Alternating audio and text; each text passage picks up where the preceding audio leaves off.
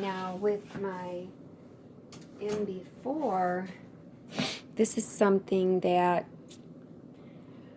I quilted this after the fact. You can see how I echoed it with the long arms. I did this freehand. So for this particular design, I didn't have it as 3 layers. I just had 1 layer of fabric with stabilizer, with polymesh cutaway, and I did an applique on it. And to do the applique, you stitch a placement line, and then you place your cut fabric from the Cricut machine, and you know, then this has Heat and Bond Light on the back of it. So you put Heat and Bond Light on the back, then you you press Heat and Bond Light on the back, then you put it in your Cricut Maker cutting machine, cut it out, and then on your fabric here at the embroidery machine, you stitch a placement line, a die line, and I usually make mine farther out than this fabric because it's pre-cut, so you have to be so exact. So I put a basting stitch outline on the fabric. Then I take this and I place it on as best I can. And I usually put little dabs of Elmer's washable school glue as I'm placing it. And then once I see that it's perfectly on, then I'll press it down with the iron. I'll press it.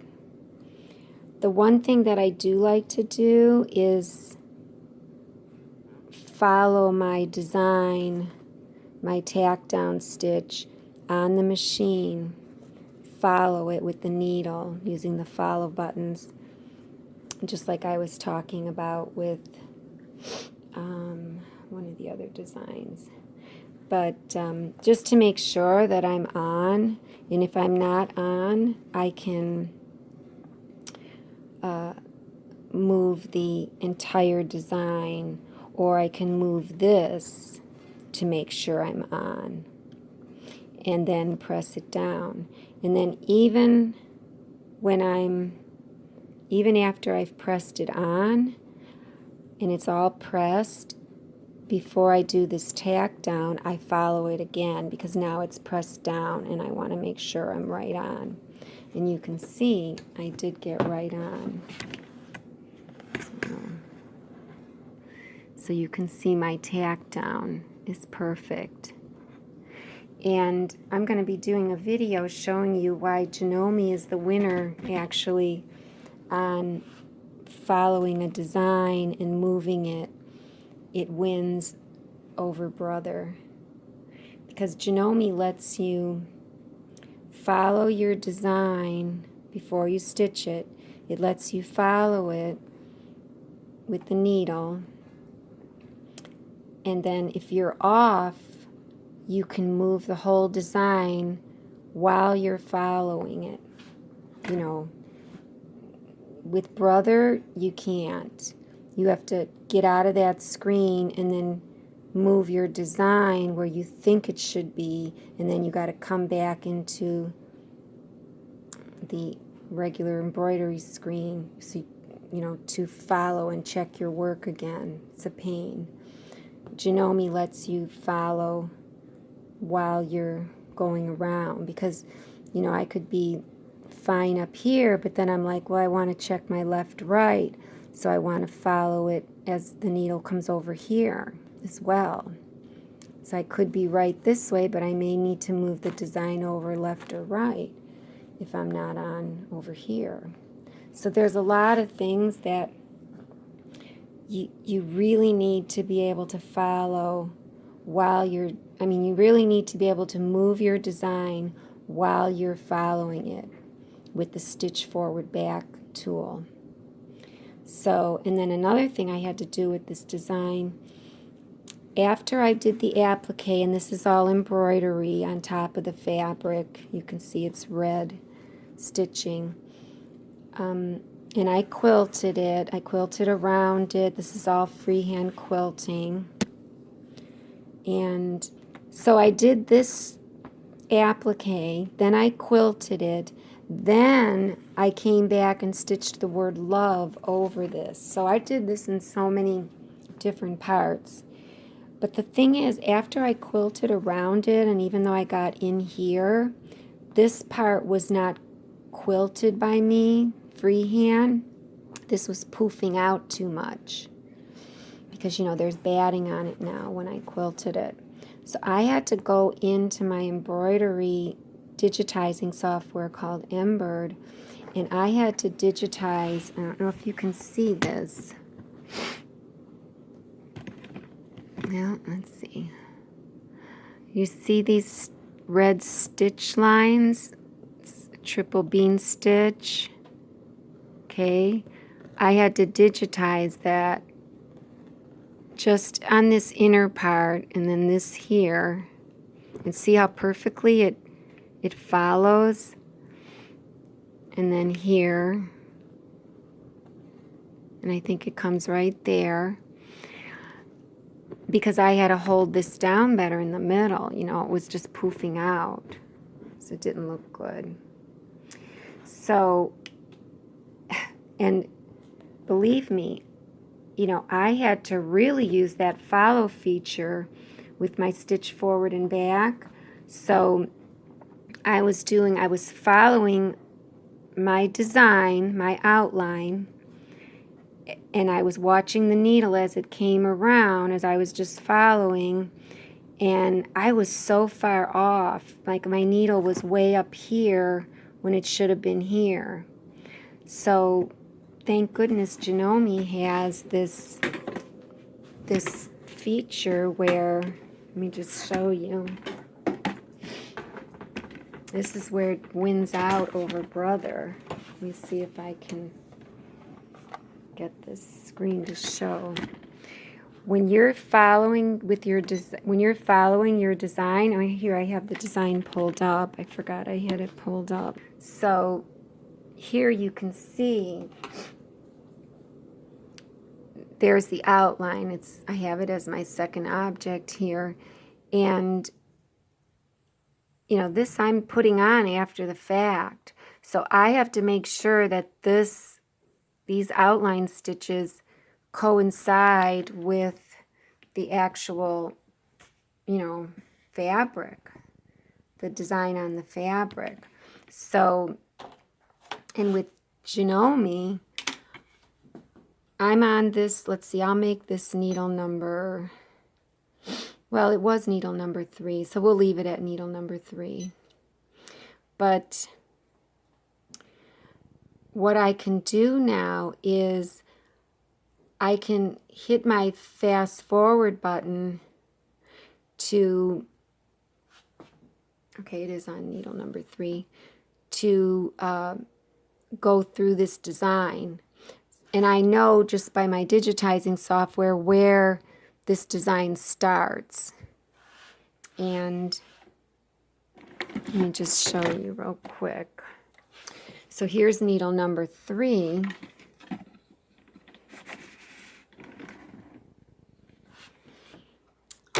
And I would push it down. So you can see my needle is kind of lined up, but I don't know for sure. So I take the hand wheel in the back of the machine and I kind of push down the needle and I can see, okay, it does kind of look like this is the line that I want to be on. And it does kind of look like it's going to hit it, but I want to make sure that it hits it down here, and it hits it over here, and it hits it over here. So I want to fast forward through it. So I'm going to turn my hand wheel back the other way. And what I do then, okay, so you can kind of see the needle here. And I'm going to hit this fast forward button, and this would be my reverse button. And if I want to go fast forward because I messed with the needle, see how it won't go down now? It's because I messed with it. So when I hit the fast forward button, I'll get a warning. Needle bar's out of position. So you hit OK and this will move. Okay, so now if I snap that down and I hit fast forward,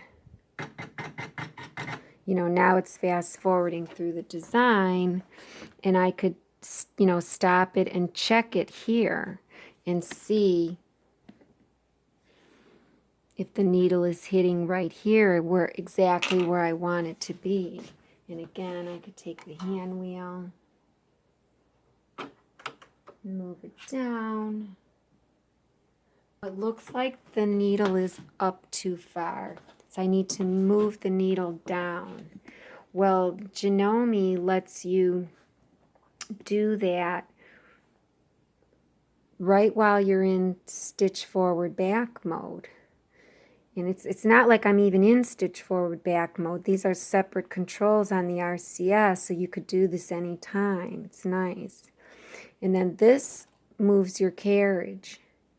In other words, it moves the needle. So if I want to move the needle down, it goes by 0.1 millimeter at a time. I'm getting that warning again. Okay, so if I move it down,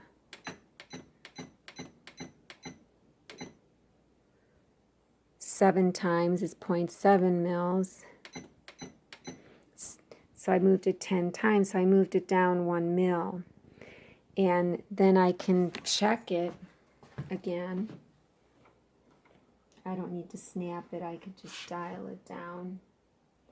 And it looks like I'm on okay as far as up and down vertically, but now I want to check it on the side. So I just hit my fast forward again. Needle bar is out of position. You'll get that every time because you're dialing down, but you get used to it. So now I'm going to keep going until I'm like here to the right. That's kind of where I want it to be. Let me go backwards one stitch because I wanted to check that. I'm trying to think now which way this design goes because I don't have my file open on my computer. This doesn't show you on here where the design is stitching. That's the one thing about Janome that I don't like. And I was hoping they would update that. And it also doesn't show you your coordinates of where you're at as far as the design goes. But it still lets you do this movement, which is great. Brother doesn't. You have to go out of the screen and come back and guesstimate and then check. You know, I mean, you still have to check regardless, but so I could see my needle. If I could show this without my hand in the way. I'm not a right-handed person. But my needle is there, and this is the line that I'm supposed to be following. My needle needs to be way over here to the left. So that's a good 2 mils. So I'd have to move it to the left 20 clicks to get 2 mils. So I would just take this button here,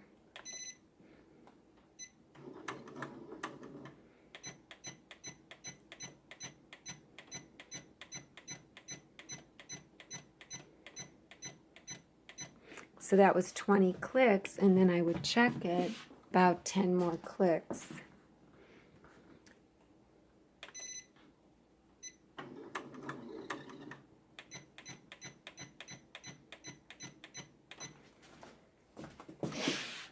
And now I'm right on. I checked my vertical, I checked my horizontal. Now as I fast forward through the rest of the design, I kind of think I'm going to be right on. So I'll click this down and I'll just let it go. So now I'm on this part right here. I'm on this one here. So I started with this little one And now I'm on this outer one right here. And, you know, I just fast forward through the whole design. I'm going to hit the F button. And you could see I'm pretty much following it. And then I would get in there a little bit more accurately, especially when I come down to these. It's easier to see. And I'd really fine tune it. And that's how I was able to get the stitching exactly on target. And when I digitized these outlines, it was really great in Embird because Embird has snap to nodes. So I just snapped to the existing design edges. So this is like perfect. So between Embird and Janome here, you know, you can really get pretty accurate, even though this is an older software. It seems Janome was ahead of their game way back when they developed this software. And I wish they would continue with it because they're beating out Brother. And I'll show you how Brother's, how you have to do it. Actually, I have a video out there on the PRS 100. It's the single needle that's like a multi-needle. You know, it's tubular. There's a video on my YouTube channel on the workaround for doing this kind of following on the Brother PRS. And it's similar for all the other Brother machines, but in the smaller Brother machines, like the 5x7 or the 6x10 or the 4x4 machines, you kind of have to go back out 2 times into, you know, 2 screens prior to the one you're on. And you got to guesstimate how much you want to move it. So you have to get your ruler out and kind of measure, or just guesstimate. It's kind of hard. And with this, you don't have to get your ruler out. You just see it all right there as you're moving. Yes, you have to check it and everything, but, and I could check it with the needle up, needle down, but I don't like to make a lot of holes in my fabric. So I just do it this way. And maybe the final one I'll check with needled up, needle down, unless of course you're doing leather or vinyl. So I mean, I'm really happy with this machine as far as that goes. I do wish, like I said, that they would make some more updates, like letting you see where the cursor is, you know, where it's stitching, and also letting you see your coordinates for your movements. Because as it is now, if you go to menu and, you know, here's your rotation, this design, obviously I must have rotated it the last time I stitched it, because you could see my crosshair up here was rotated.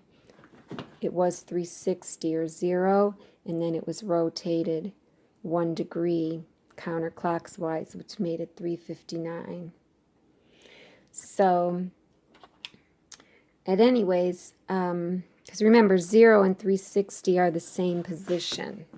So this is a positional rotation.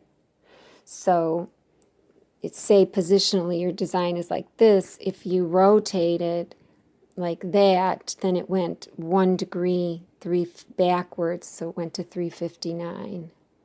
If I rotated it like this, it went 1 degree forwards, it would be at 1 degree. So I could see, you know, my crosshair here, I could see this. So yes, you see your rotation, but you don't see any coordinates on here for movement. And obviously I moved this design several times just now. You could see my crosshair, I moved it down. Here's the crosshair. And, you know, right here, I can see it. So you can see I moved it down, and then I see it up here, and I see a little bit of it there. Did I move it to the left? I did move it to the left, but it's also rotated. So, you know, But I wish we could see our coordinates, because then Janome would be the true winner here. Except for that we don't have a cap hoop and our hoops are not as big. But to be honest, when you get into those bigger hoops, it's a lot. I mean, who would want to stitch out a big design? Yes, if you wanted a quilt in the hoop, yes, the bigger hoops are better. And but unless you have a magnetic hoop made for your machine, I wouldn't even use the magnetic hoops. Now, the reason I say that is because they're not made for your machine, and they're always thicker at the top edge, so you can run the risk of hitting your hoop up here, and that scares me. I might invest in a dime hoop and just to use it in emergencies, but I'm not going to use her top. I would probably use these magnets instead of her magnetic top, because I don't like the fact that you have one magnet that slaps down, because you can't center your design well with something like that. I mean, maybe, but I don't like it. And the fact that you can move things, she shows how you can move things, that just tells me the hoop's not very strong. So that's where I'm at with Janome. Now the brother is coming out with their magnetic hoops, which I love. I wish I, could use them, but I'm just so disappointed that they don't let you move your design while you're following it. That has to be changed. That has to be changed. And I did ask them to change it. I sent them a video and so on, and my requests on to allow us to be able to do that. So we'll see. We'll see. I'm giving my daughter my 600, my brother's 600, and SE 600, and I want to get a similar brother, but an upgraded one, just so that I could help her virtually. But I'm so disappointed that they don't let you, move your design while you're following. That's a big deal. That's a big deal. And I feel like they want you to just buy a machine with a camera, and who can afford that? So, anyways, so I'll show you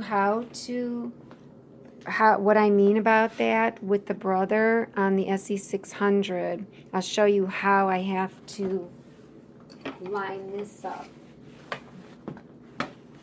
I'll show you how I have to line this up, how I have to go in and out of hoops. And like I said, you can also see it on my brother, I think it's called multi-hooping with the brother, and that's done on the PRS, which is very similar to what I would do on the 600. A little different, like I said, because on the 600 I have to back out twice. So, all right then, so we'll get to that video, and Janome's the winner though in this particular instance. Thank you, Janome, and please update our software on our multi-needles. We really need it. Okay.